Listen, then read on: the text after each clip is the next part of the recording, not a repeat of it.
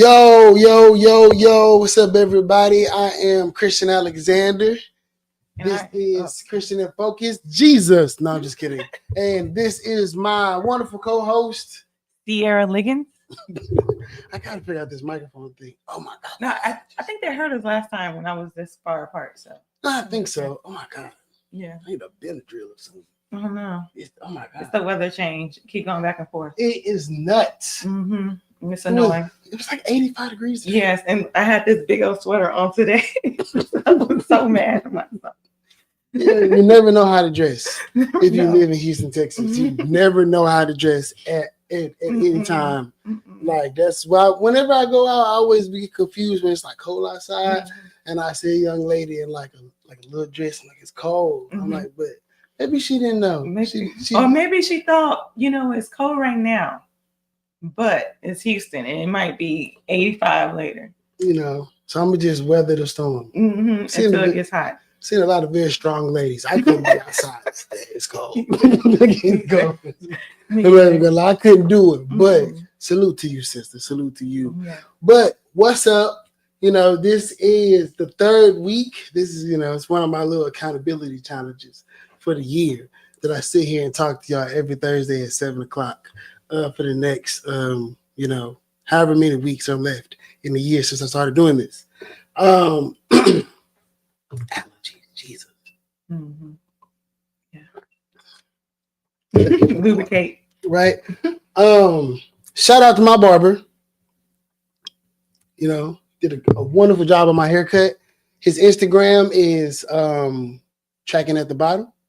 You can scan the QR code up there if you would like to get a haircut from Haircut Joe. Right on. So we're gonna get into it today.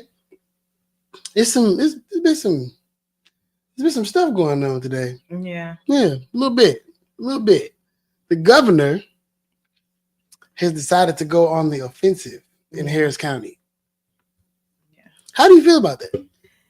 Well, it seems as if we can't get away from the redistricting, even though it seems like we make one step towards, victory. Then Greg Abbott comes back and with an alley-oop and tries to, push us back in his direction. So I think it's interesting that, he thinks he's going to actually accomplish something with putting that money in, because people have already, expressed how they feel about this, the current administration and how they feel about him. So I don't know if more money is going to change how people's lived experiences right now. I pulled up a stat earlier before we started, and 51% of Harris County identifies Dems. So there's a margin that I guess he can get to. But as far as I believe, I think that Dems are strongly blue here. Yeah, I mean, what the number is like $25 million. That is an insane amount of money. They are gonna have so many block walkers. I'm like, they're putting candidates in like every House district race. Like, so every House member is gonna have an opponent. Every Democratic House member is gonna have an opponent. That is nuts.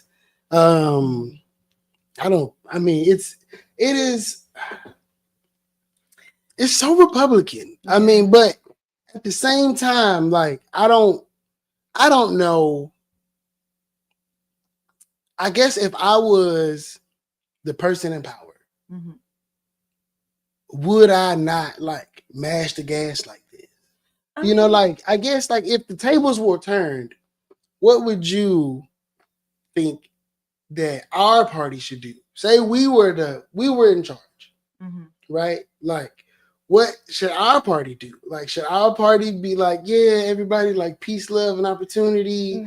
Or like, would it be like, let's win more? Like, right? Like, let's try to capitalize on whatever momentum we already have going on. Does he really have some momentum though? I don't know. That's a good way to put it. I've been seeing a lot of stuff in the news about like things that the Republican Party, like as a whole, like as a fixture, are doing. But we were seeing a lot of people turn against him too. Yeah, I mean, they're moving, I think, in a more strategic way. I don't think it's as people centered Mm-hmm. as like like we how we organize more on the left. Mm-hmm. It is more okay. Let's infiltrate the institutions Mm-hmm. and then go from there. Yeah, because I also think that that infiltration is what's causing a lot of people to push back, right? Like, especially at the beginning of this year, we saw what they did when they ran up into some of these government offices and try to push people out. And I feel like that's a big reason why people are turning against them right now too. So I think that some of their efforts is actually going against them because people are being greatly impacted by what they're doing. So I'm not sure. I mean, they can put people in these races. I remember during the congressional race for District D when we had Carmen, what's her name? Was it Montez? Montel. I remember her though. Hold on, y'all. This AC is loud. It did get loud. It felt good though because it was a little. Yeah, but Jesus. What was her name? Carmen Montiego. Carmen something. Like I remember her though. Like, yeah. Carmen, I don't know what. I don't know. I mean, but I just feel like the people didn't respond to her well. Like she was, people did. I mean, she polled because she was the only representative for Republicans, but she didn't really do anything else. So I don't know. Like you tell me, I think you have more knowledge on how putting people in these seats and actually putting dollars behind these campaigns might impact, the races. But do I think Greg Abbott's money is going to make an impact? Yes.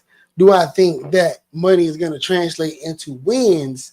No. Yeah. I mean, like, there would have to be a serious shift in culture, just like in the region. Yeah.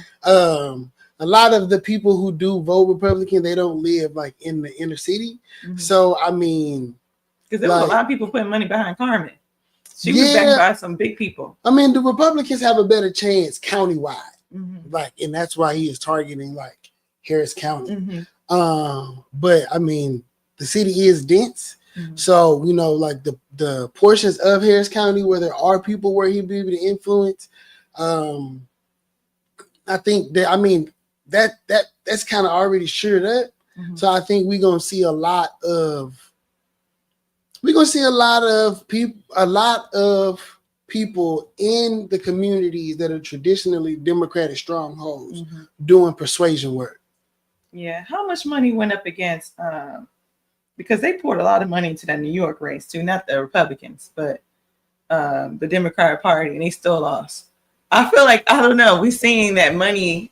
Oh yeah, I mean, money not shifting everything right now in politics. No, it won't, because the people are still going to pick who they want to pick.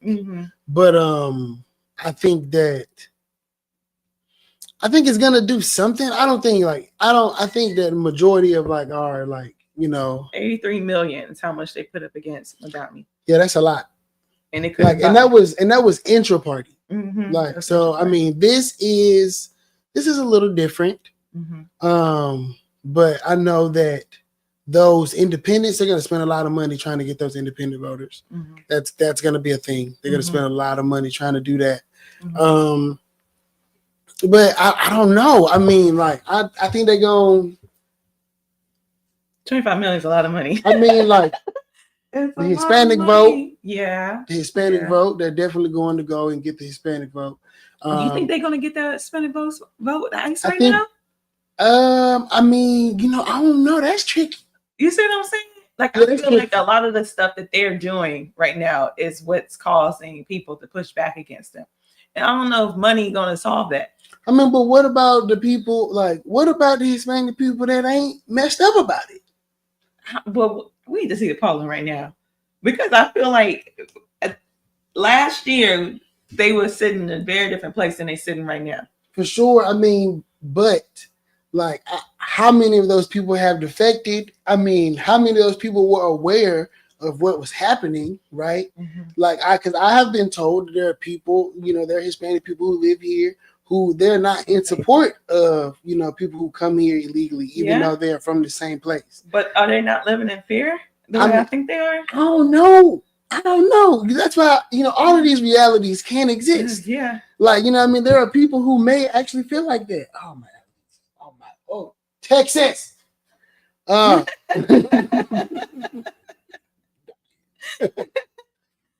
I think all of that can be true. Yeah. Yeah, I think there are people who,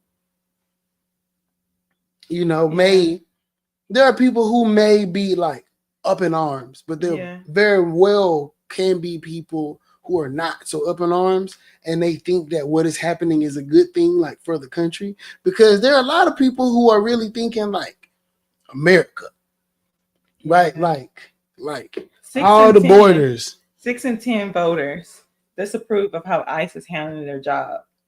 A large majority of Latino voters, 72% in one poll, opposed recent Supreme Court rulings that allow ICE to use appearance, which is what we were talking about last week, language or work status as grounds for arrest.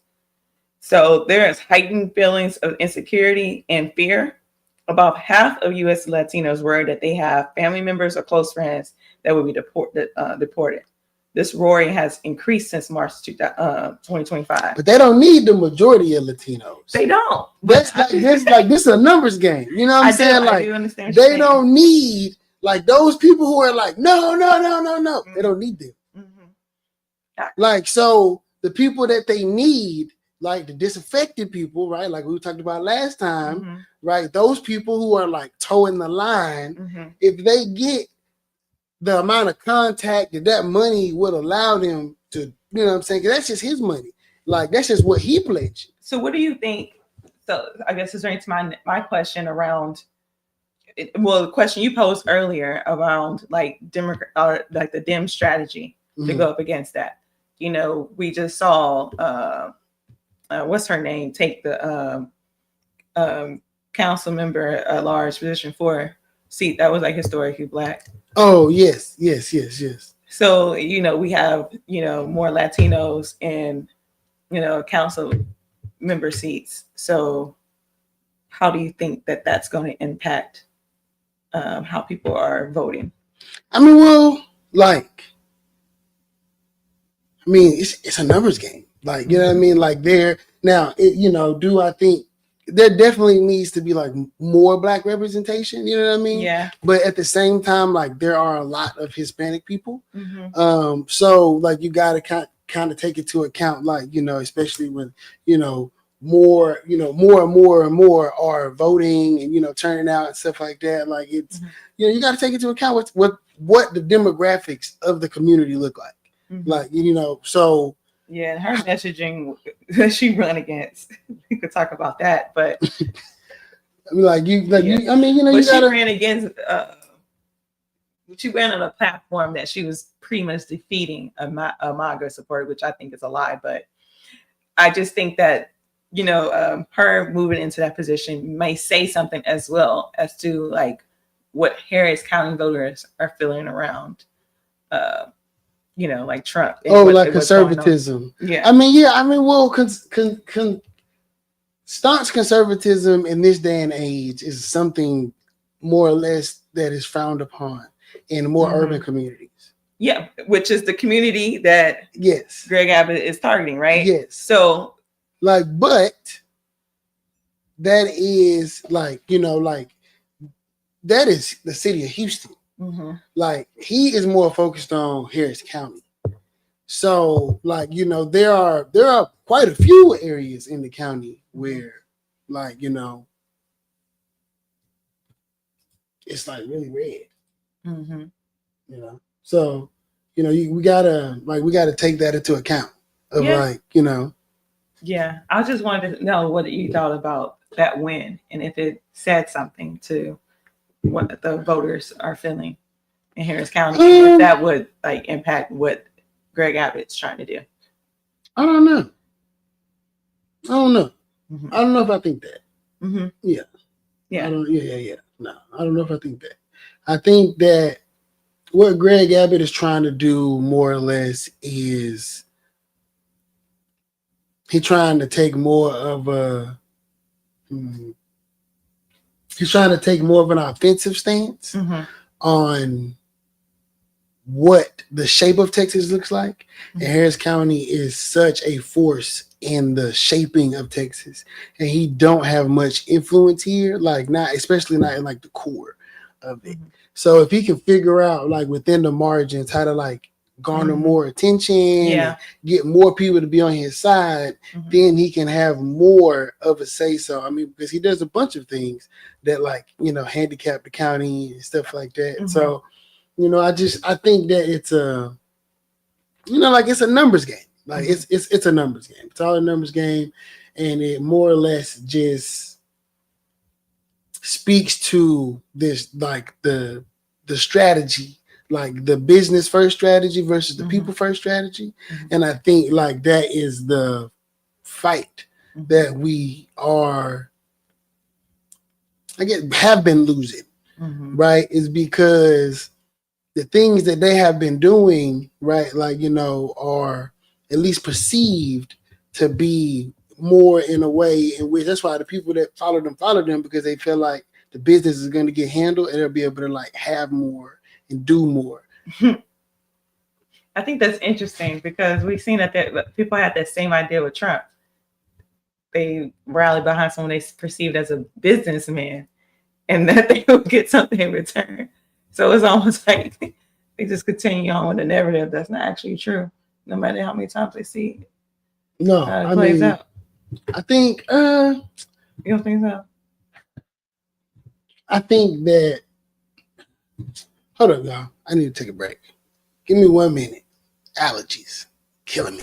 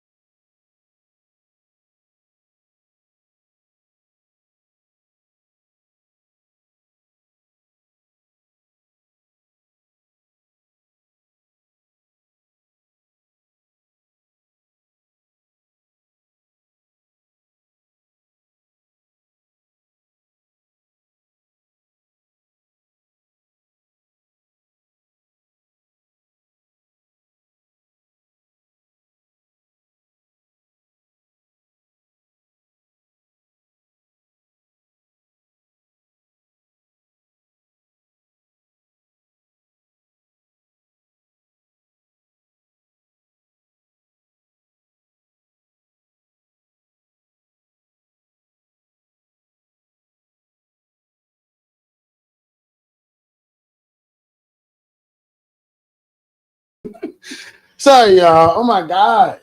Like, doing this live is crazy because like I'm dying. Like Jason Pollen is crazy. Like, why? I just wanted to go play basketball. Jesus. Okay. So had to get my 45 minutes in. I had to. So I mean, overall, Greg Abbott, Harris County, $25 million. I do think, I mean, historically, like, more black people vote Democrat than they do anything. There are going to be some young voters who are going to be highly affected by this.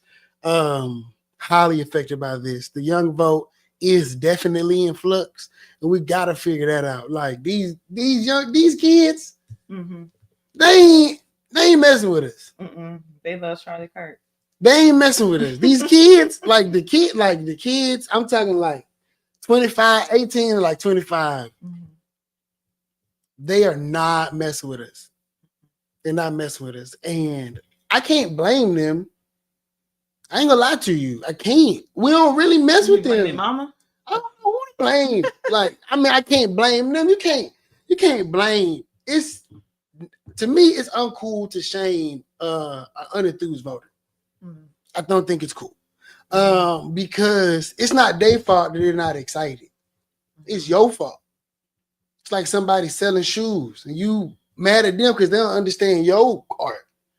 Yeah. Like, you got to get them to get it. Like, if you want them to come do what you want them to do, you got to get them to get it. Like, and I don't like from where I used to be a teacher,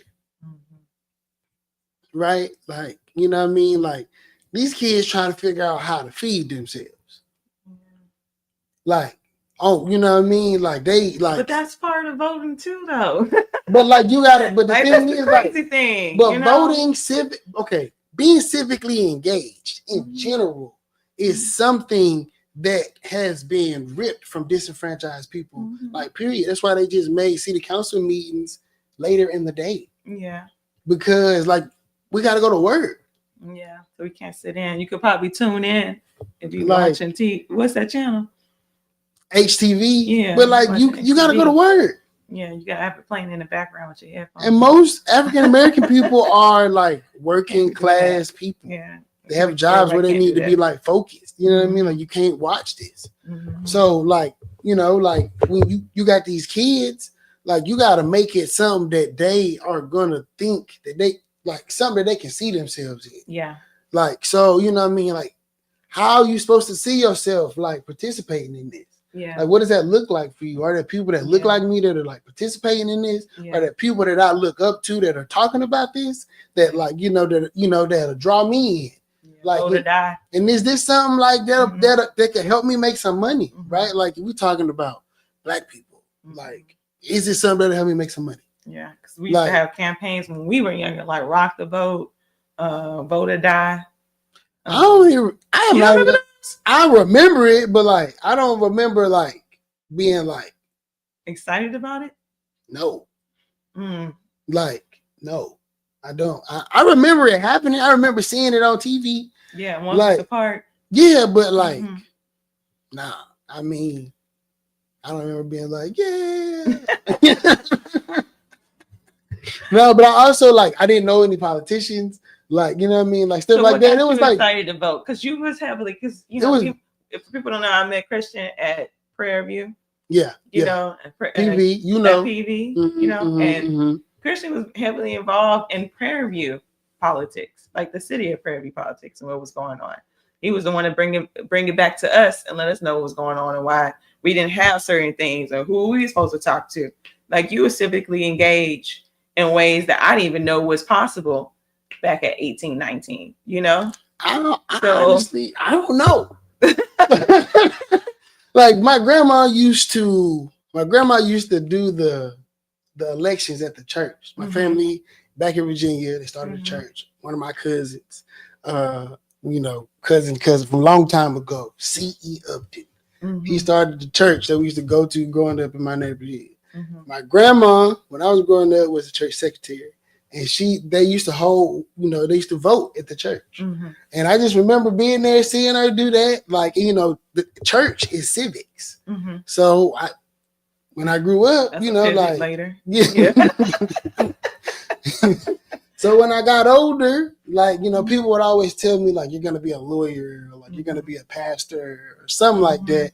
But like, I was always like very like friendly and inquisitive. So like, when I got to Prairie View, I went to Prairie View for political science. And so like there would just be, little things like, I tried to sue the government, but I didn't like it. Like I don't like this. I don't want to be the representative. Like, but I know them, and if I see something or have an idea, whatever the case may be, like the proximity is cool. But I personally don't want to be the representative.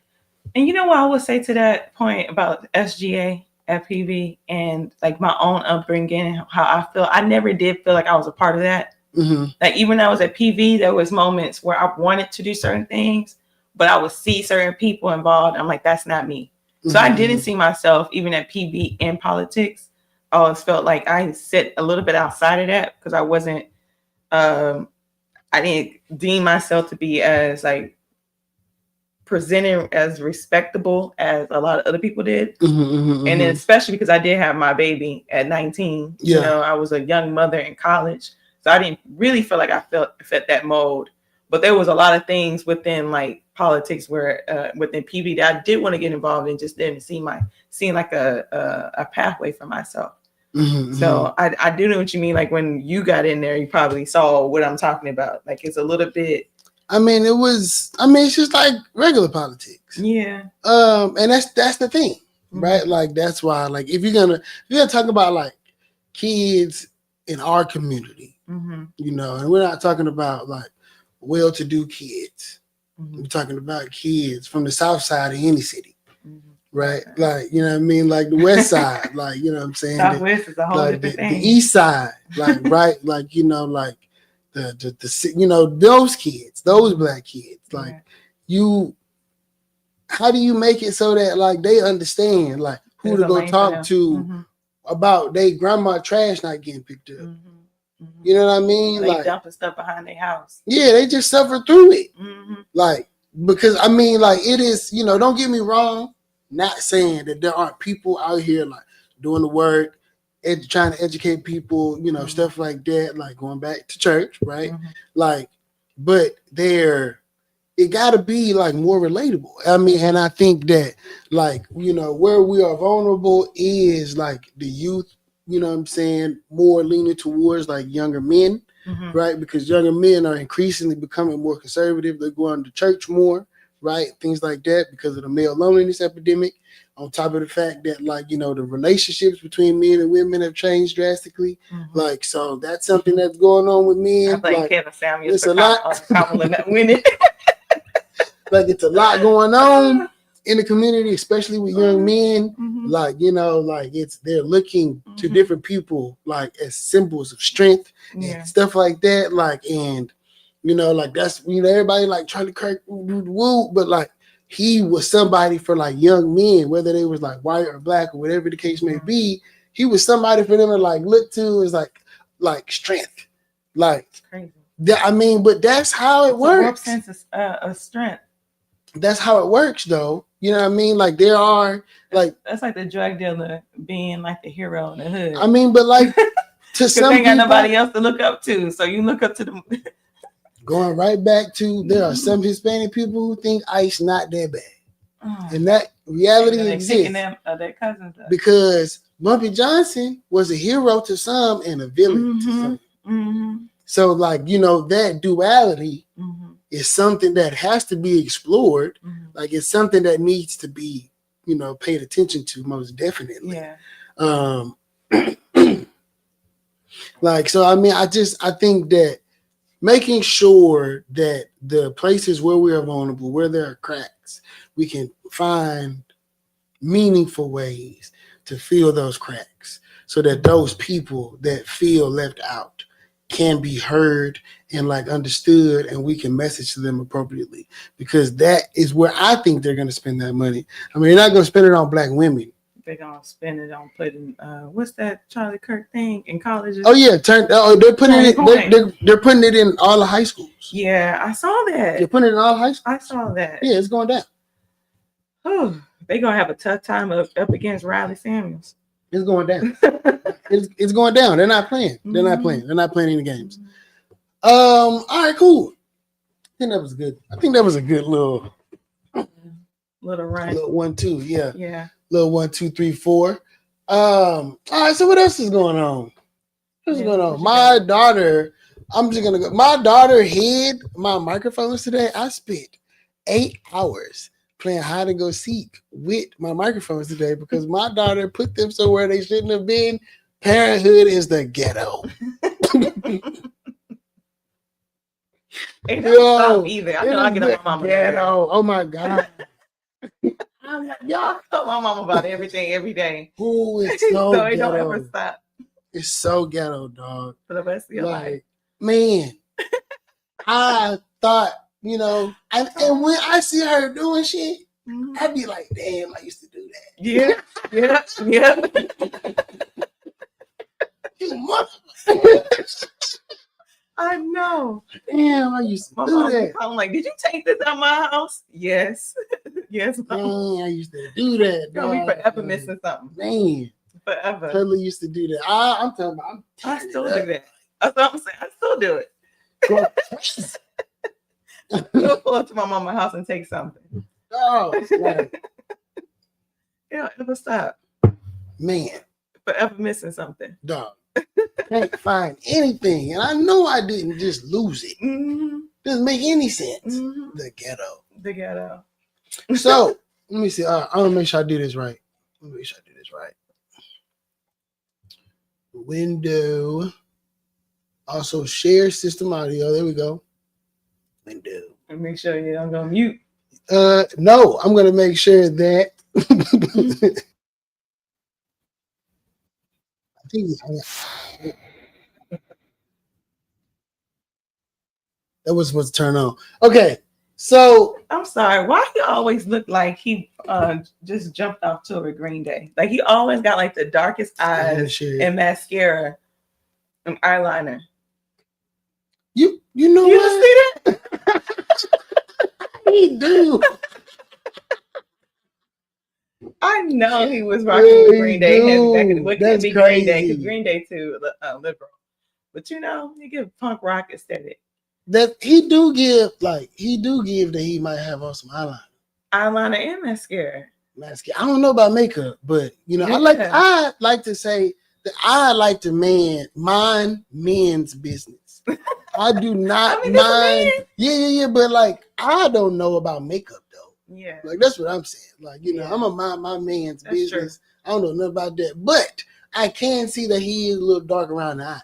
It's giving yeah. It's definitely giving. It's giving makeup. So.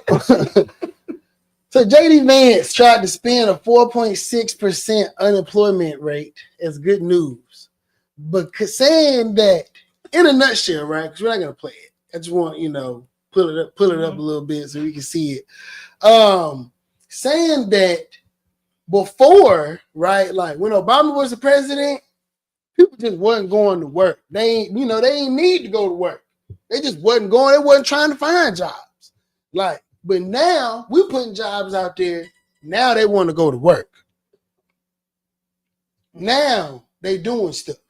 That's what's happening because we just added 1 trillion jobs to the economy and people are so excited about going to work. Now this is why. It's good news because we got people actually looking for jobs now in our administration. They weren't actually trying to find jobs during the last administration. That's not what was happening. But now they're happy. It's happening, and the rate's going to go up. This guy sucks.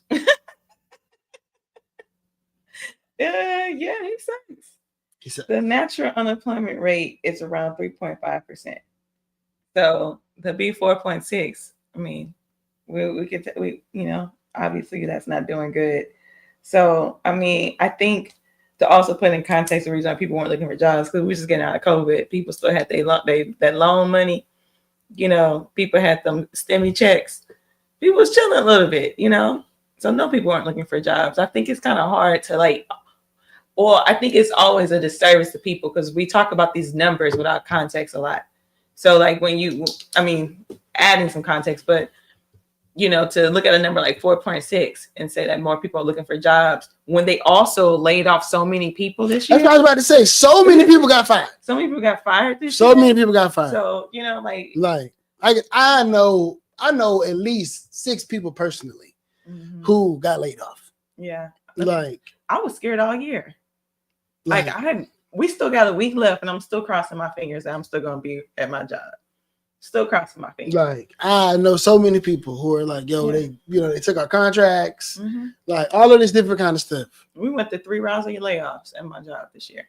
3 rounds in 1 year.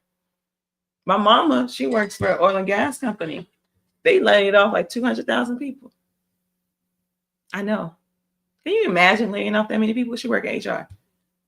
But it's a global company. So it's not just 200,000 that number together, just realize it's a global company. But that's a lot of people to tell them out. You ain't got no job. 200,000 people. Mm-hmm. That's absurd. Let me make sure I'm not saying the number wrong. I'm gonna look it up real quick. But it was around there. But they gotta announce it when they do it too. For 2025.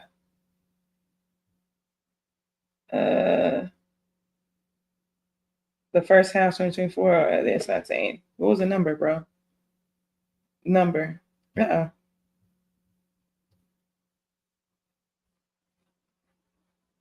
Numbers of layoffs. I don't know. It's not giving an exact number.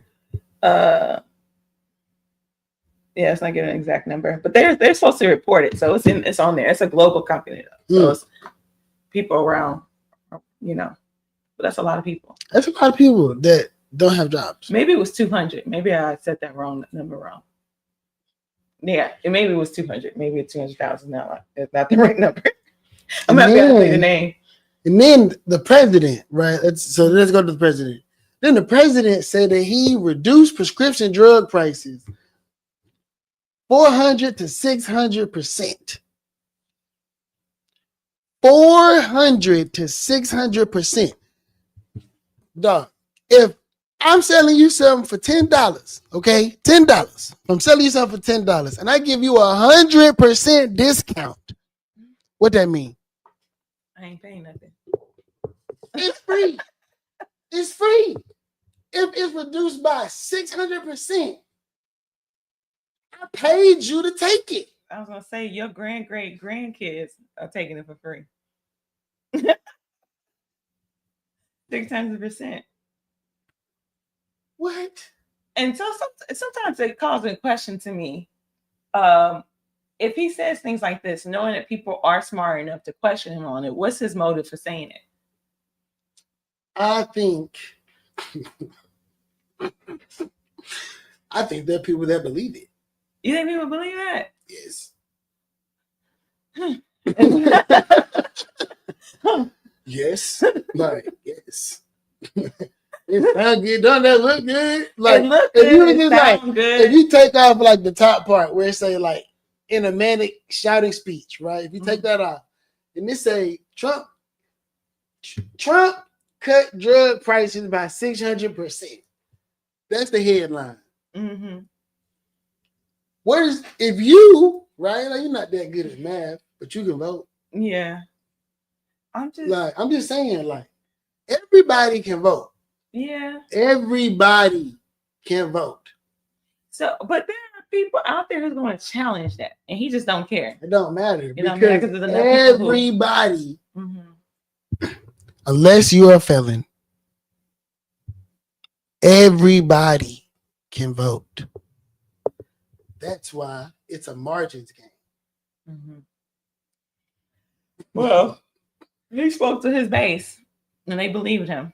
I mean, like, this is only the beginning of his presidency. We barely in. How many more weeks we got in the first year? I don't know.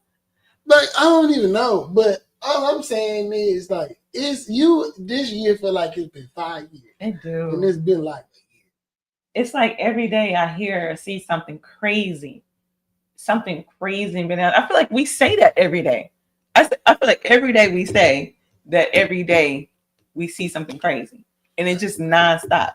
I mean, it'd be like that. I see a lot of crazy stuff just like right down the street from my house. People saying, "Oh, we got comments." Yeah. Oh, hey Don.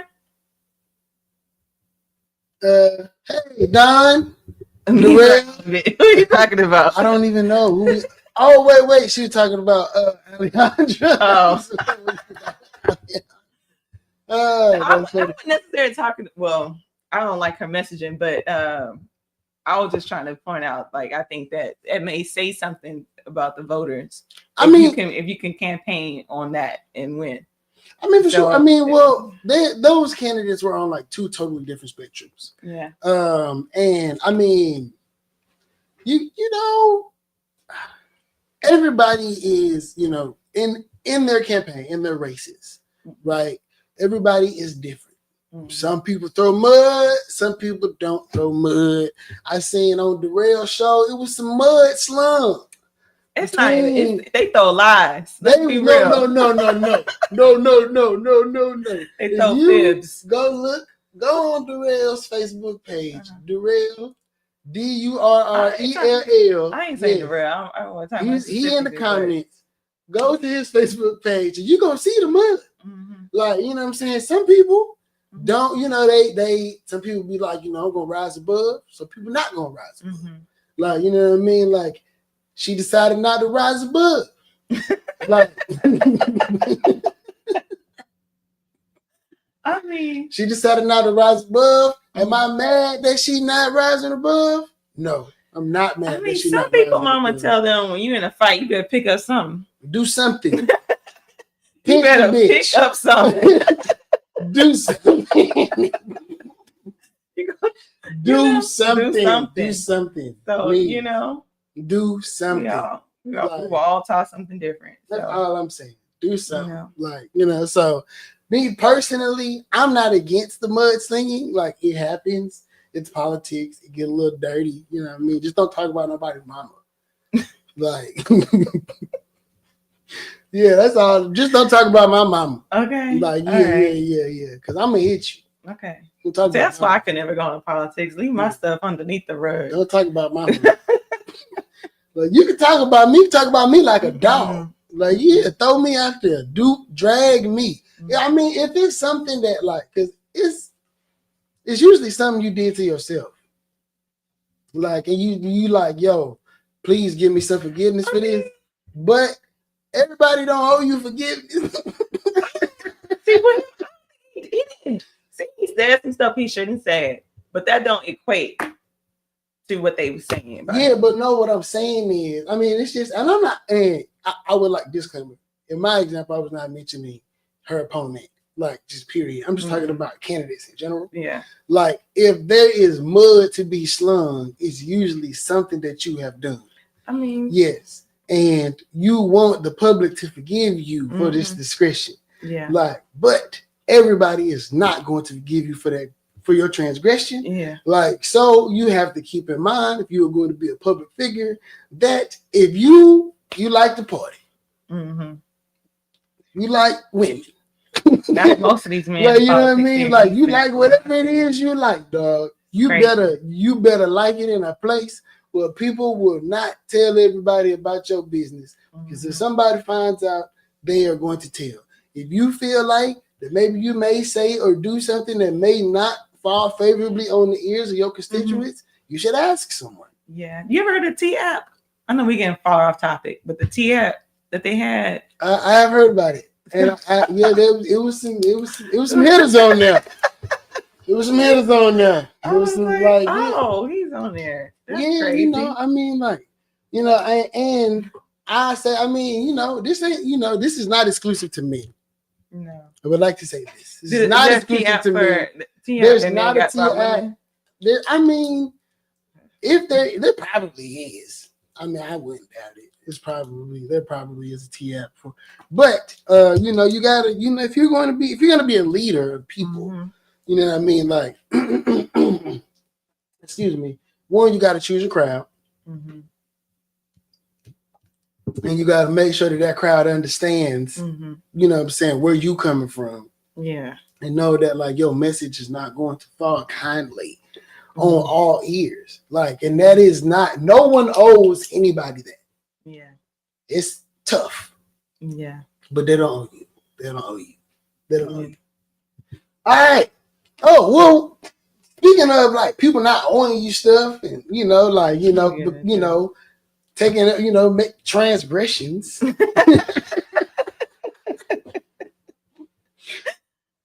Right.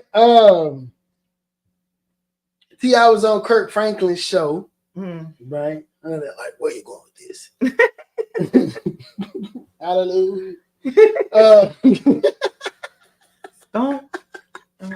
So T.I. was on Kirk Franklin's show, and he had some, you know, as some would say, inflammatory statements. He made some inflammatory statements about church, right? And I was watching the Isaiah Factor. I'm gonna find this lady's name. I'm gonna find her name. The pastor. There was a pastor on the Isaiah Factor yesterday, and it was this pastor, a realtor, and a podcaster.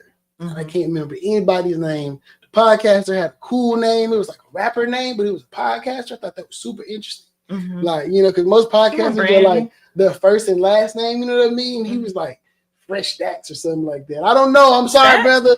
Fresh Stacks or Fly Stacks or there's a rapper named Stacks. He live out here in Houston. Yeah, he was in Houston. Who it was. But his podcaster name was dope. His podcaster name was dope. And it was them two and a pastor, and the pastor was an older lady. And if you don't know, T.I. was basically saying that he is not someone who is drawn to like the organization of the church because he feels it is flawed for various reasons, right? And as somebody who grew up in the church, I can agree with some of his sentiments. I can see how he feels. I'm a '90s baby. Like I went to school during the free the nipple movement. I'm a bit of a hippie. So I can understand like this. I'm spiritual versus going to the house and worshiping, all of that other kind of stuff. I totally get all of the different perspectives, as you could probably tell. Like in this, as this show goes on, I'm a man who believes in nuance. But I think the interesting thing that I heard was when they were discussing it on the Isaiah Factor, the pastor was saying that with all that we have going on in the world right now today, that we need the organization of the church more than ever. Because the organization of the church was what brought us through when we were fighting for the equality that we have now. Excuse me. The organization of the church, like what that looks like, the community, all of that other kind of stuff. That is what our generation is missing because of our detachment to the church. And that put a lot into perspective for me. The other two panelists, they wasn't really rocking with it. But for me, as somebody who, if you don't know, you finna know my politics. I am a self-funded political scientist, and just an overall nerd, history, civics, and that and all of the above. And my politics is rooted in Black liberation and Black economic liberation. So when I'm hearing this, right, like I'm picking up what she putting down, right, because we do need a mechanism like that. But how do you bring them people back to the temple, though? Like, how do you do that when they're so disillusioned? And we have conversations about church plenty of times. And I think that one of the challenges goes back to, and like an unrelated thing right now, right? Like we think about like how, like, for example, Gavin Newsom, right? Where Angela Rye was calling him out for not believing in reparations, but he's also someone right now, a voice that's going up against Trump. Like I'm just creating a parallel here of how we have these things that we can rally behind, these forces that we need to rally behind, but they're almost like inherently problematic at the same time. And so like we're up against these challenges of like wanting to hold those things accountable, but also knowing that we need them, or my name maybe needs a strong word, but they're necessary for moving like forward, right? I think need is appropriate. I think that we need to find cohesion with the church. How? I don't know. Because the challenge is holding them accountable at the same time. It's.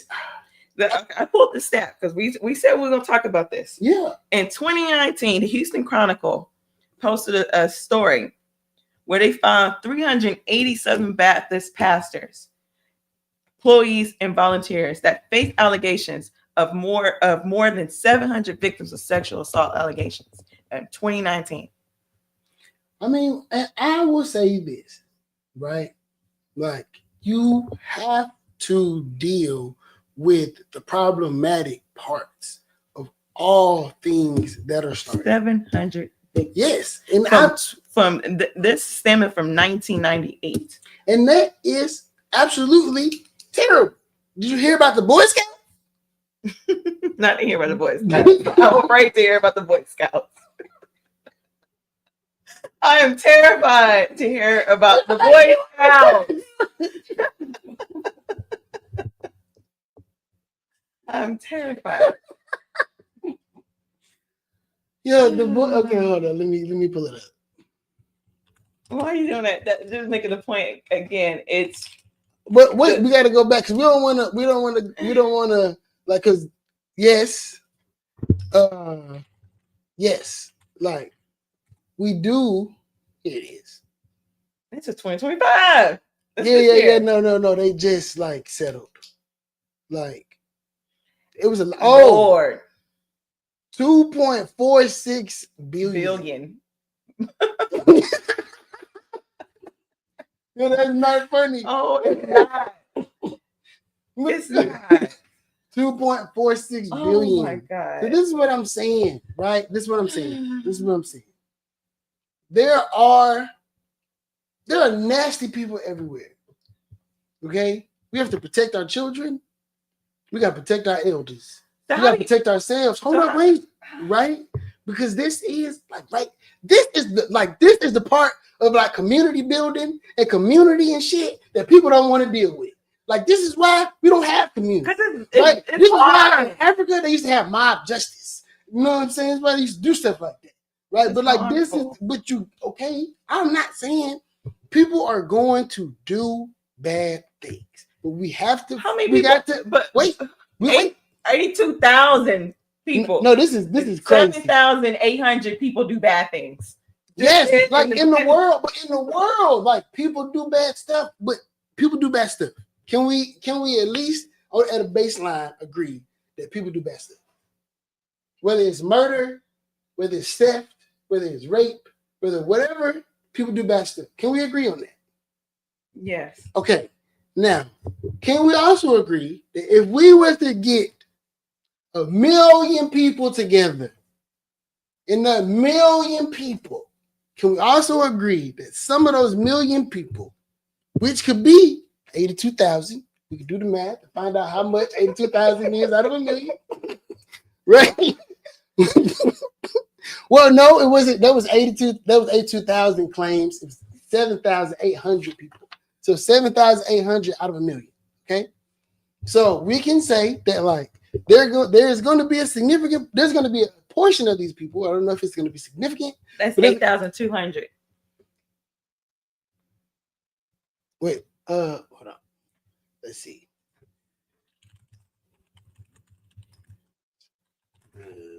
1 million, right? Yes, that's 100,000. That's 100,000. 7. What is it? What's the number? You want to know how many? 78,000. 78,000 out of 100,000? No, out of 1 million. That's 1 million. No, that's more than 1 million. That's 100,000. 100 million. So 0.000. Okay, wait, no. 1 dash. I did that wrong. You're right. Yeah. So smart. So dumb. All you do is the zeros. Yeah, that's 1 million right there. That's 1 million. Yeah, and there's 2 zeros and 78,000. Okay, so 0.78%. Yeah, 0.8. Okay. You remember that? 0.8. I'm not good at math. I can count money. So 0.8%. Like that is not. People shouldn't be doing bad stuff. But what I'm saying is, right, if we cut 0.8% off of $1, we would probably barely notice it. But what I'm not saying that to excuse any of the behavior. I'm going back to community and organization, right? Like there are going to be people inside of there who need to be rooted out because they will cause chaos in any form. But I think that as a social incubator for change, like the institution of the church serves a grand purpose in the full progression of Black people, or as I like to call Negroes in this country. Because we don't have many other institutions in which we can like organize our like social and fiduciary capital through. Like, so us as millennials, like all our L's with this institution, I think that it would behoove us to be able to try to find some resolve so that, like, we can, or if there's some way to, because people start new churches and there are a lot of different like kinds of pastors now, which is a little mind blowing for me. I'm still trying to get used to that concept of like I don't even know what to call this kind of pastor, but they like kind of worldly a little bit. Like, but if Joel Osteen could exist, I think that let's figure it out. But what I go ahead. I'm sorry. No, go. Well, I think in order for us to move forward with the church being restated as that pillar, there reconciliation made on behalf of the church. And I think what's being called of us is that we kind of like put aside the differences so that we can move forward versus holding these people accountable so that we can move forward. It's like, like if like, you got an older brother and he picking on you, he taking your food, he pushing you around, whatever. And your mama like, hey, y'all better get it together. And it's like, so I got to like, I don't know, like withhold my anger towards my brother or we all going to get in trouble. And I feel like that's kind of how like the approach is right now with the church, where we have to like put aside how we feel, put aside our hurt, put aside our harm, or we all are going to end up, harmed. We're all not going to be able to get towards like the goal that we're trying to get to. Whereas holding the church accountable, saying, hey, this number of people causing harm is not okay. Hey, that pastor doing such is not okay. Like I've heard stories of people who've tried to go up against their pastor and was ousted, even though the pastor or whatever they were doing was not okay. But the person that person got put out.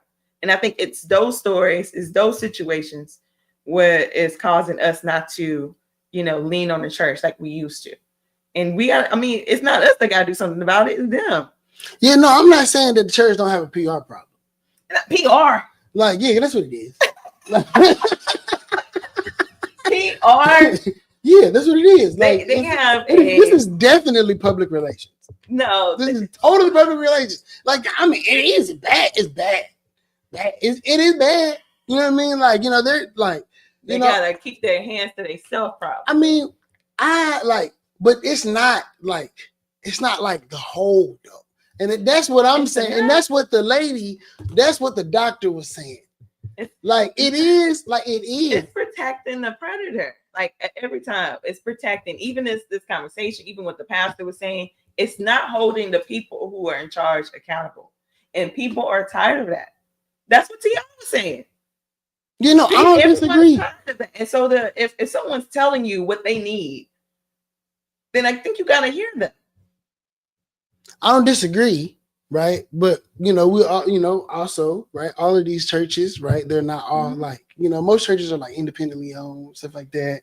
Like they're like private institutions for the most part, but they fall under these different umbrellas. Like, but I think that the concept of like what was, right? Mm-hmm. Like the concept of like what church was to like, to the community. Like I'm not like people, like I said, we agreed, people do bad stuff. People do bad stuff. People do bad stuff at church. People do bad stuff in the government. People do bad stuff at the Boys and Girls Club. People do bad stuff at the Boy Scouts. People do bad stuff at the workplace. Like, but if you doesn't exist on its own independent space. Like church exists because of the concept of the sharedness of it. It doesn't exist by itself. But does a few bad apples, because we did the math, 0.08%, does that ruin the whole field of apples? That's a lot of people. But it's a million apples. How many apples would that be? Like if we had a field, apples for the bunch. If we had a million apples, mildew spreads. So how far? That's what I'm saying. Like, so we know about. We get rid of it.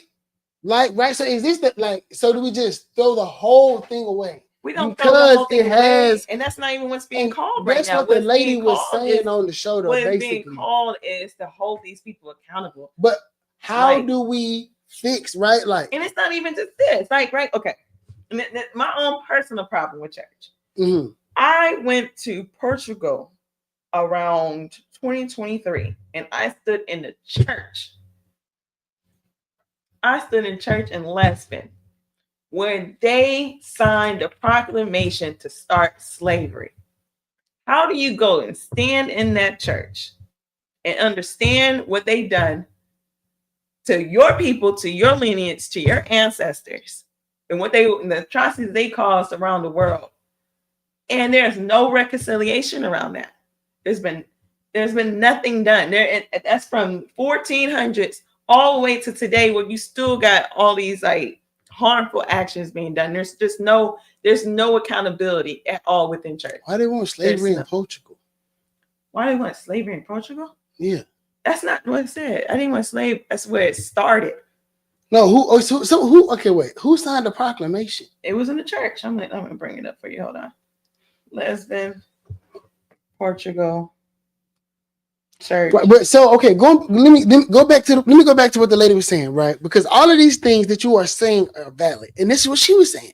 She was like, "Y'all are all making valid points, but like you can't throw the whole thing away because there are a few bad actors, but the general concept of the togetherness in the community of this is what will help pull the community through, because what other place are you going to find a bunch of black people at one point in the day? Maybe that's the issue. I mean, like, I don't know, but the thing is, like, you got to use what you got.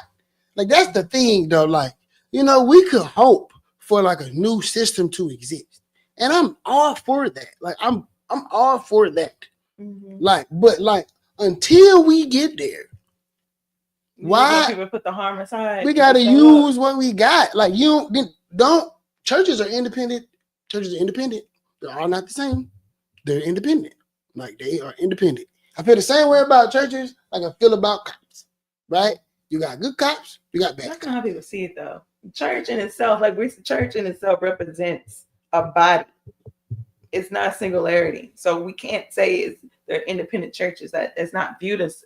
But like you can have one experience at church A and have a different experience at church B, and they're two different leaders at the church. Yeah, but it's a system, like of course there's bad actors in some places. Not all have bad intentions.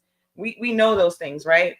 But when we ask the question, why aren't people showing up to church no more? When we ask the question, what can we do to bring people back to this foundational pillar in our community?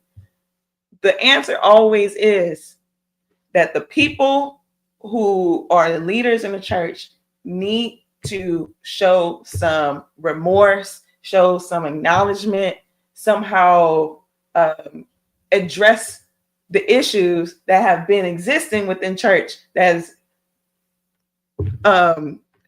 come up against Black people since 1492. You get what I'm saying? Mm-hmm. Like, we have been harmed by the church since 1445, when Pope Nicholas V authorized the enslavement of non-Christians, marking an early justification for the trade. That's the church I stood in, Lisbon Cathedral. Oh, so, that's the proclamation for the slavery. Yes, okay. That's what I was talking about. So from that moment to now, when people are still being harmed in church, you got to understand that there's the legitimacy around people's hesitation about getting behind church right now, and that just has to be addressed. I just don't think we're going to move forward without that. And I understand that is a pillar. I understand that it, like, what it's done for us in positive ways, but that harm is harm, and it just don't go away because there are some independent churches that may be doing good. Like, it just has to be addressed, and the people who are leaders in the church need to really stand up and do some real acknowledgement around that. I don't disagree with that, but it's almost like I had a conversation with this one of my really, really, really cool friends, and we were talking about it's almost like the conversation of when there are like white people who like I'm not racist, like I didn't do that. Mm-hmm. You know what I mean? Like, and it's like, yeah, like, oh, that is a nice church. Like, and it's like, yeah, and people go like, yeah, you didn't do it, but like you gotta atone for it. Yeah. Like, but I like the duality in that is crazy. Mm-hmm. I mean, because in your like cognitive mind, like for me to cognitively tell another person in this reality that we are experiencing right now that they should have cognitive dissonance for something that they didn't actually participate in, but like something that they lineage participated in, like but the true cognitive dissonance is to go to church and put aside what you know what the church should be. Let me finish my point. Like, so me telling, like, you know what I'm saying, my white friend that they should feel bad for slavery because it happened because white people did it. Like, right. That's the, like, it's akin to, like, you know, Pastor Jim, who is a great God-fearing pastor. He ain't never hurt nobody or like stole no money or like nothing. But because he is a part of this system and like he loved God and he is drawn to be able to do, like, he has to atone for the sins of people that are not him. Yeah, but that's part of the work. That's part of the work. And the true cognitive dissonance, I'm telling you, is going and sitting in church and knowing that things been changed in the Bible, knowing that it's been used to justify the enslavement of your people. You know that people use it to take advantage of people, whether that's children, the people who are in the body of church. That's the true cognitive dissonance, to sit there and listen to them use scripture to justify the subordination of women.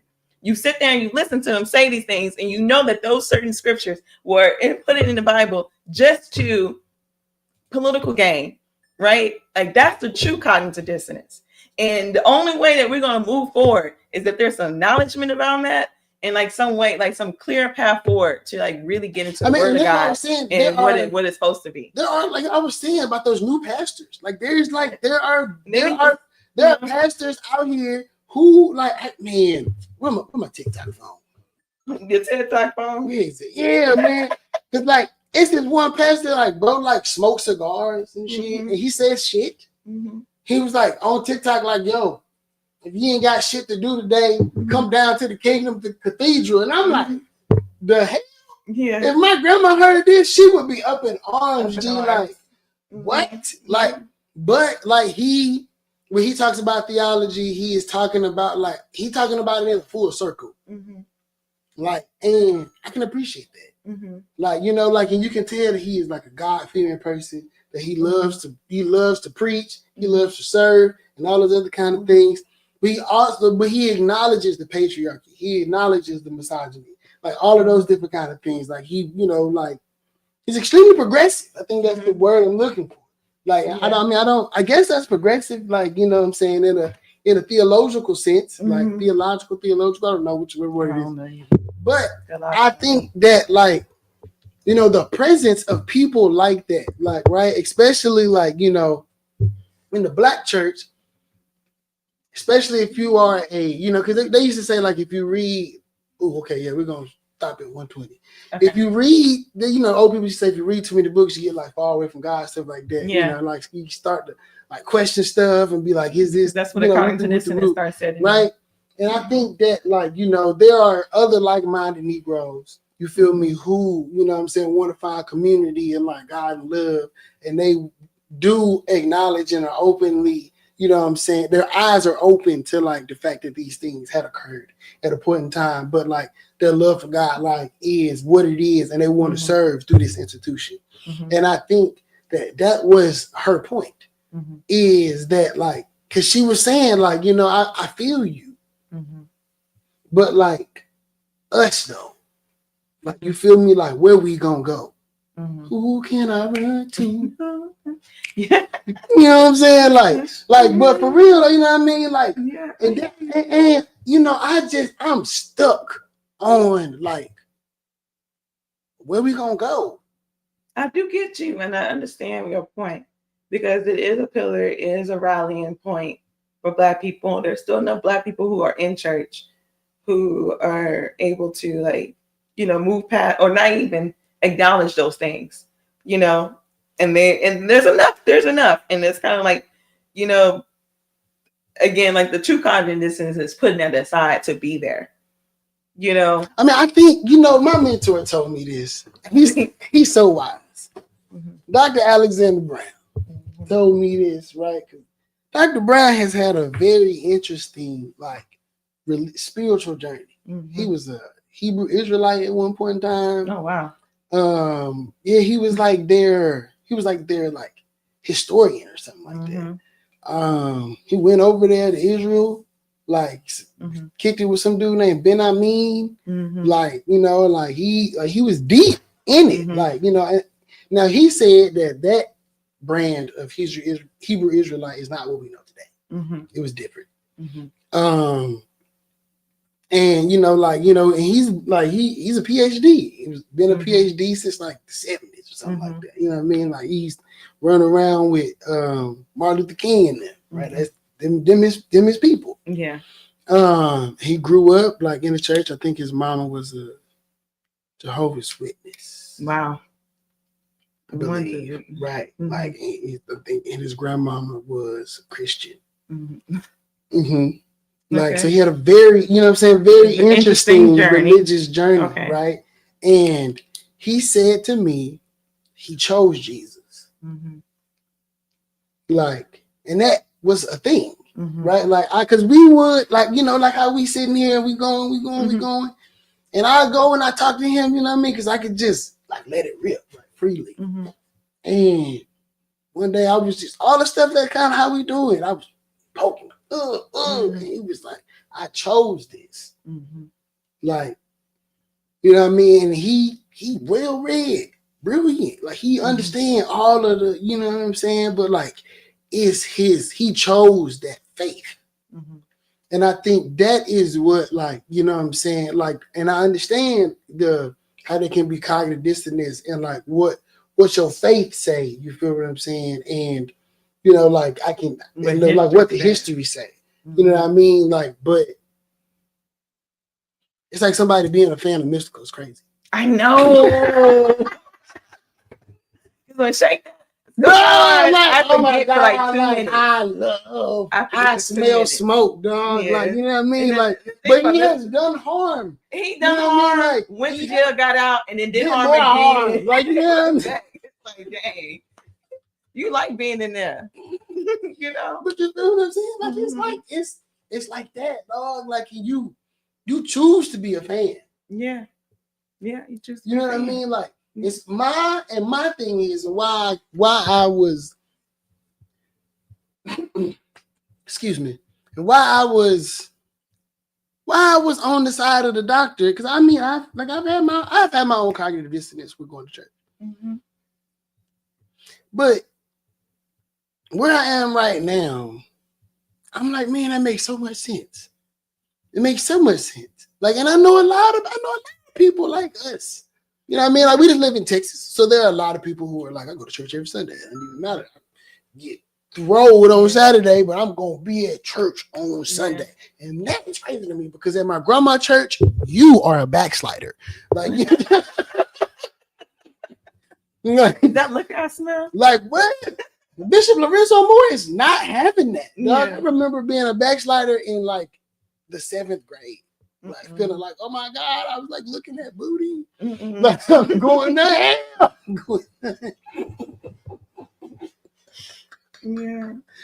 No, it was wild. It was wild. But I think that as far as like our organizing capacity is concerned, I think that the church is probably like our greatest. It is our greatest ally. It's our greatest asset, man. We ain't got much. Yeah. But we got that. And we got to work it out, dog. We got to work it out. But it's like, as Black people, though, we got to find like, we got to find a fellowship space, man. Like, for real. Like, as like millennials, like all of the people, older than us are like, they starting to die and stuff like that. Like, we got to really get it together. I feel you. Like we got to get together. We can't be like those. You know, it used to be a million. There was the Black Panthers, SNCC, the NAACP, like the Urban League. What about run groups? Because right now, but it's a million of them. They're the place of fellowship. Everybody want to have their own $500,000 program instead of we coming together and having one big $50 million program. I feel you. Like, you know what I'm saying? It's the MLK parade. Yeah, all over it, yeah. Yeah. And, I go to church. I let what applies and what don't let it fly. Like, that's how I treat church, because it is a cognitive dissonance experience. You know, you have to like settle in with some of the things that you know to not be true. Do you feel like you gotta settle? Oh yeah. Do you feel like you gotta settle? Oh yeah. I feel like I feel like finding a church and finding like a pastor to lead you should be like dating. Like, you gotta know you aligned. You gotta know you aligned. But that's the part that you're missing. That's the part you're missing. Is that a lot of what's in the church is inherently problematic. So you're going to have to settle in some ways. I don't know. Like, I feel like I don't know. What if you don't have to? What if there is what if there's a pastor that you know, he cool, y'all cool, like y'all believe like the same stuff. Like he see stuff the way you see stuff, but he is like, you know what I'm saying? We're going to find that. I don't know. I haven't seen it. You know? Like, I really like the church I go to, but they started talking about women submitting and all this other stuff. I'm like, y'all crazy. Y'all crazy. Like, here we go. That's exactly how I felt. I was sitting in the church like, damn, here we go. Talking about the man is the head and the women is the arms. I'm like, the arms? The arms. I just can't get down with that. Like, first of all, I know too much about history and subjugation, all that. I know too much for you to like work on me, like, per se. Like, I understand too much even about like our history as Black people, and like our ancestors live in a matriarch. They didn't live in a patriarchy. Like, that's very Western. That's very colonialism.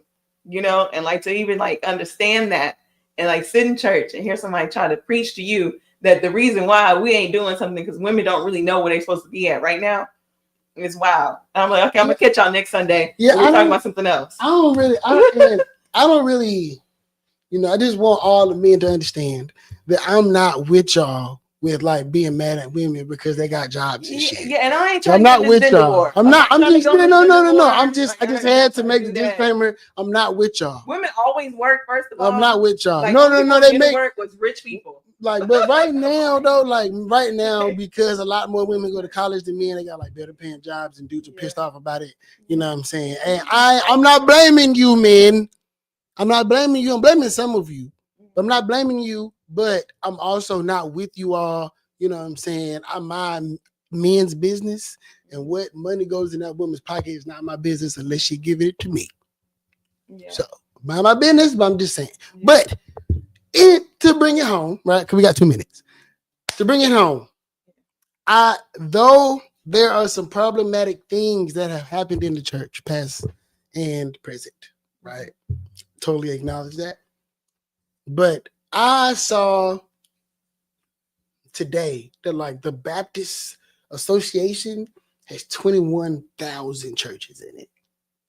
What was that stat? You gave about the Baptist? That's 700 people.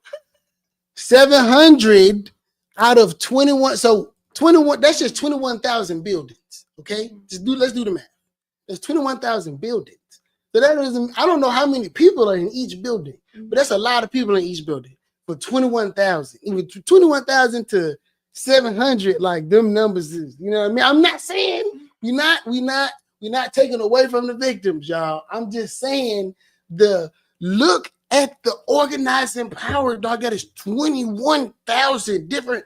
It is the largest African American organization in the country. But you see 700 victims, and you got to multiply that by their Like, mama, their daddy, their cousins, like, their auntie, their grandmother, right? their But children, like all those people that was impacted. okay, You just hear one victim, and then it's but then what do we family people use? also Okay, impacted by that. what do we use? I said my idea, right, is to we go in, you know, you go in, you root out the cancer, you know what I'm saying? You try to make sure it don't spread, right? But that's all you can do though. But do you not use the body no more because it caught cancer? Black people are way more creative than that. Like we were rallying before we were giving church. We've been going to church forever. Not, but before we had that, we had other things. You know, I mean, like jump circles. You know what I'm saying? Like jump. Well, I'm just trying to say. But that don't like this. This is going back to my point earlier about how like we are having a messaging problem with the young children, like because like the niggas don't know nothing about no jump circle, bro.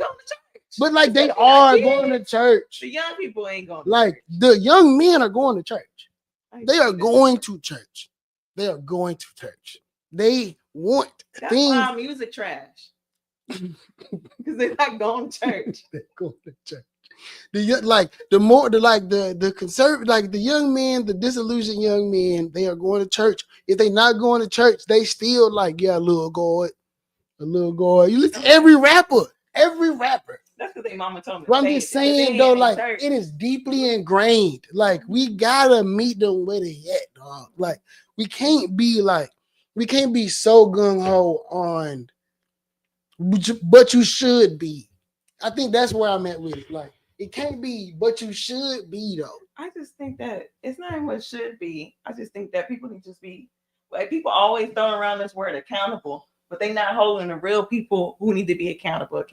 But like, we're just not going to move forward because people are going to be hurt. People are still hurt, and it's just like, how do we move past that? Other than like allowing the people, not allowing, but putting it in their face.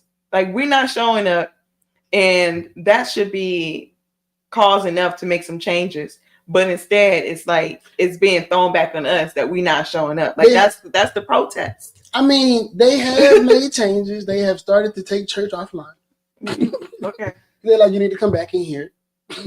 But in order for us to come back in here, you gotta stand. You gotta hold yourself accountable. I mean, but like what I'm saying is, if Church A, you feel me, ain't never had no sexual assault accusations. They ain't never stolen no money from the congregation. They ain't never had no abuse allegations. They need to start putting on their Facebook page. I got a cousin. I got a cousin. They need to lead with that. I got a cousin that slapped a lady at church, and he is a high official. I don't know why my mind just went back to that lady from Don't Be a Menace in South Central when they was doing breakdancing. You know, men have flaws, dog. But what I'm saying is, like, you got like church is imperfect because it is run by men. And God, you know what I'm saying, and Jesus, they understand that. They know that they died. Jesus died, so we got grace. Right. And I think that like as millennials, as the new leaders of the new school, right, we need a organizing tool, like a big one. When the old schools they at church, we need to bridge the gap. Yeah. There's a divide in the community. We need to find, like, you know what I'm saying, like I'm not saying like, you know, go along to get along. I'm saying use what you got. Yeah. We just gotta find ways to, I guess, what's the word? Not filter. But maybe that's what it is. There needs to be a filtering process. Like there needs to be a way to acknowledge, or like a system to vet these churches. Not everyone should be a leader, and not every church should be leaders. Not every church should be the communion space. And, you know, put it on your Facebook. We ain't never had, you know, or we ain't never did this. I don't know. 0 sexual assault allegations. Like on the board. I don't know. I mean, I don't know if that's necessary. I don't know. I mean, like, I agree that, like, you know, there should be action taken when people are harmed. I just think that there should be what the doctor was saying is real valid. Yeah. That the space, the purpose is extremely needed. Mm-hmm. And I think that with the hurt and the disappointment and all of the woes, you feel me? Mm-hmm. Like there are good things that come out of these things. And we mm-hmm. need to find a way to bridge the gap so that it can be used in a way that is beneficial and more of an organized force, mm-hmm. right? So that we can have $25 million to spend somewhere. Yeah, I do agree. I just think that responsibility lies on the leaders of the church and not us. I mean, but I think that they need to hold themselves accountable. Well, I think I think we agree on that. I think where we disagree is who needs to do that. Who's supposed to be doing that work? I think that without we, there's no fees. Mm-hmm. So we have to, right? You know what I'm saying? We got to hold them accountable. You can't expect a snake to shame itself for being a snake. Mm-hmm. So, you know what I mean? You got to go in the garden and dig a mud. Yeah. And then, because of the power, all of the different things that we've spoken on, that will cause that to not happen. But I think that if, it is a system in which people admire. Mm-hmm. And it is a system in which they find great resource and value. It's something that they find community and they get spirituality. You know what I'm saying? Because the brother on there was saying he felt like he's not getting no ROI. And he's seeing everybody putting their money in the collection plate, you feel me? And they I'm hungry. And the pastor was like, well, that is because you got to participate in the institution. And I definitely think that the institution should give back. Right? I definitely think it should give back. We can get more into that next time. You know what I mean? For sure. We can keep going about this. Yeah, I definitely think it should give back. I grew up going to the United House of Prayer. Y'all can look it up. Some people say that it's a cult. You know what I mean? And then it's to jail for embezzlement. So there's that too. No, the bishop who started my church, he called himself Daddy Grace. The current bishop of the church, they go by daddy. It's not bishop, it's daddy. Yeah. But the business structure of the church is something to be studied. Mm-hmm. Right? They provide resources to their congregation, you know what I'm saying? They were jobs, all this other kind of stuff. There are different examples of faith leaders who created these economies for the people who decided to join the organizations. Mm-hmm. And they were prosperous and they had power and stuff like that. So knowing that those things have happened. So I know that it's possible. Mm-hmm. Yeah. You know what I mean? So how do you look at these different use cases and then say, okay, we can apply it in this way? Mm-hmm. And I think having that knowledge and then hearing the perspective of the elder on the show the other day and then listening to the people that they were our age. Mm-hmm. I felt them. Mm-hmm. You know what I mean? I totally felt it. Yeah. I'm always, I'm not here to be critical. But I know it say, where is it? Because I was having a Bible argument earlier. Excuse me. Right? Corinthians 5 and 12, verse 12. 1 Corinthians chapter 5, verse 12 and 13. It says, Paul says, believers are supposed to judge inside the community, not others. Yeah. So you are supposed to cast judgment, but it needs to be by the fruits. It needs to be righteously, though. Mm-hmm. So, yes, you have righteous judgment, and that's fine. Mm-hmm. But I don't think, right? You don't tell people to go die because they got breast cancer. Yeah. So, you feel me? You get it out of there, and then you try to live a healthy life. I think that's the. Yeah, I don't disagree. I just think who should be doing that work? Who should be finding those people and getting out? Who should be doing the work to atonement? Who should be doing that work? I don't think it should be placed on those people who feel the way they feel to somehow put that aside so that we can get to that place. Because that's a lot. Mm-hmm. That trauma's real. Mm-hmm. Trauma's real. So it needs to be the leaders who do that work. It needs to be the leaders who root out the bad. It needs to be the leaders that come forth with a new path forward. I don't know, man. It's the same way I feel about politics, bro. You can't have the leaders. The the people at the top. Yeah, nah. I mean, but like, I think that it is more of a people problem than it is the leaders problem because we elect leaders where a lot of leaders would be there. Like, and if the church came to if the congregation, if the body got up and rebuked the pastor, he would be nothing. If the country got up and rebuked Donald Trump, he would be nothing. Right? If we said we don't want you no more, like so I think that the biggest thing about all of this is like there's no place for us to collectively focus our power. Like there's like one streamline of consciousness for all of us to collectively focus our power and like point it in a specific direction. Okay. So like if we as the people don't want it, then we can say no. Like because we have the power. They need the collective funds, they need the collective sweat equity, they need that. Okay. So if we can better organize and understand that like we have power as people, then we can be able to use these things for our benefit and eventually be able to root out all of the cancers that cause the bad things. I don't think, realistically, I don't think that's possible. Somebody gonna fuck up. Somebody gonna do bad. It's just but the bad can't be sexual assault. I don't know. I cannot. There's bad, and then there's like, yo. I don't know about I don't judge people's sins. Bad is bad. Bad is bad. You kill somebody, you take advantage of somebody, like whatever it is, like it's bad. You should not do it. Like, do not do it. Yeah. Like, just don't do it. I'm not gonna grade sins. No. But I'm just saying you should totally keep your hands to yourself, right? HR, work policies, all of that other kind of stuff. You shouldn't touch people, right? You shouldn't coerce people, right? Diddy, right? You shouldn't do that, right? These power structures, people take people, right? Because we're inherently sinners, right? Like people do fucked up shit.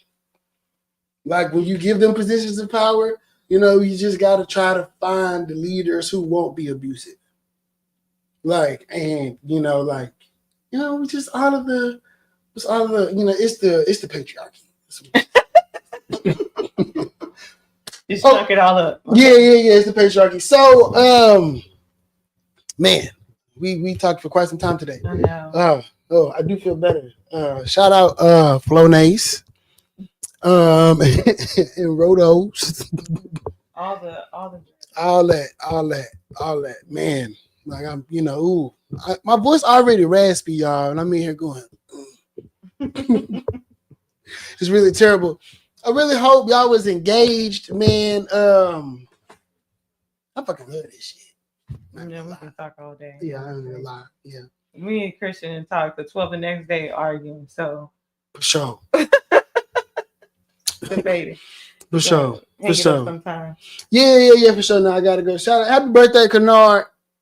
Happy birthday, bro. I'm about to go partake in a few beverages with my bro for his birthday. A little late. Started at 7. Yeah. I'm hungry too, so. Yeah, I should do that. Eat too? Yeah. I started eating chicken. I think I'm gonna quit chicken again though. Does it make you sick? No, it's not. It actually didn't do anything. Like I have been sneakily eating things like lamb. Whenever I would go to my homegirl Joy's house, she lived here. She moved to DC. I hate you for leaving. Her and Brandy, they left. Joy's cooked these immaculate like Sunday dinners, and she loves to make like lamb and like having like this wine sauce. And I'm just like, she cooks things that are like, what's that? Yeah, you know what I mean? Like you watch the cooking channel. I do. I watch a lot of cooking TikToks and stuff too. And I just be like, man, I just want to taste it. Like I don't want to like indulge, but I just want a morsel. Yeah. Raleigh decided to go vegetarian, so it's a new journey for us. My homegirl, her daughter, who is significantly younger than Riley, she decided to go vegetarian, and she is online in a tiff. Like, what am I supposed to cook? It's not cheap. It's not easy. Nah, honestly, the easiest way to do that Because you like it actually is cheaper. Like, but you have. I mean, it's a lot of work. The protein isn't cheaper because you Well, gotta you don't. get beans and you gotta Well, eat way more well, I to don't. get your protein intake. No, not really. Because I was vegetarian for a while, for a long time. Yeah. You don't really have to do that. It just depends on like the kind of meals that you put together. Mm-hmm. It is just a lot more work. Mm-hmm. It's a lot less convenient Mm-hmm. than eating meat. Yeah. But it's a lot of chopping involved. Yeah. A lot of chopping. Yeah. But I mean, just buying vegetables. I mean, my grocery bill is significantly more. I mean, I was, I was pescatarian, so it would be like a little bit more expensive because I was buying fish. But for the most part, like I would just be buying vegetables. Yeah. And you eat enough, like mushrooms and all them other kind of. It'd be like, all right, I'm cool. Yeah. So if it ain't no seafood in there, you should see a decrease in your bill. I hope, because I mean, I've been pescatarian before too, and I like people be sleeping on like sardines and tuna. I'm sleeping on sardines. It's actually sleep. And I found this out on TikTok. It actually has more nutrients in it because it's a smaller fish. It didn't grow as large, so it didn't obtain like all the mercury that larger fish have. And it's rich in omega fatty 3 acids and high protein too. So for really like $2-3 versus what you spending on like $10-11, and it's not bad. It's actually not bad. Poola actually put me on that. She used to make me she used to make me African, what she call it, dry rice. And put sardines on it. Sardines, veggies, palm oil, dry rice, which is like rice, but you cooked it a little bit more. So it had like a little burnt taste, but it doesn't sound crazy. But the scorched taste gives it like flavor too. Yeah. So it's called dry rice. It was pretty good. Yeah, no, I'm not eating no sardines. Yeah, I'm not doing that. But okay, y'all. It's time to go. Mm-hmm. Thank you for tuning in. This was great. Like, look at me. I'm not even dying anymore. Yeah. It's great. Yeah, after an hour and a half. Yeah. Oh, my God. It was terrible. Yeah. All right. Until next time. Bye, y'all.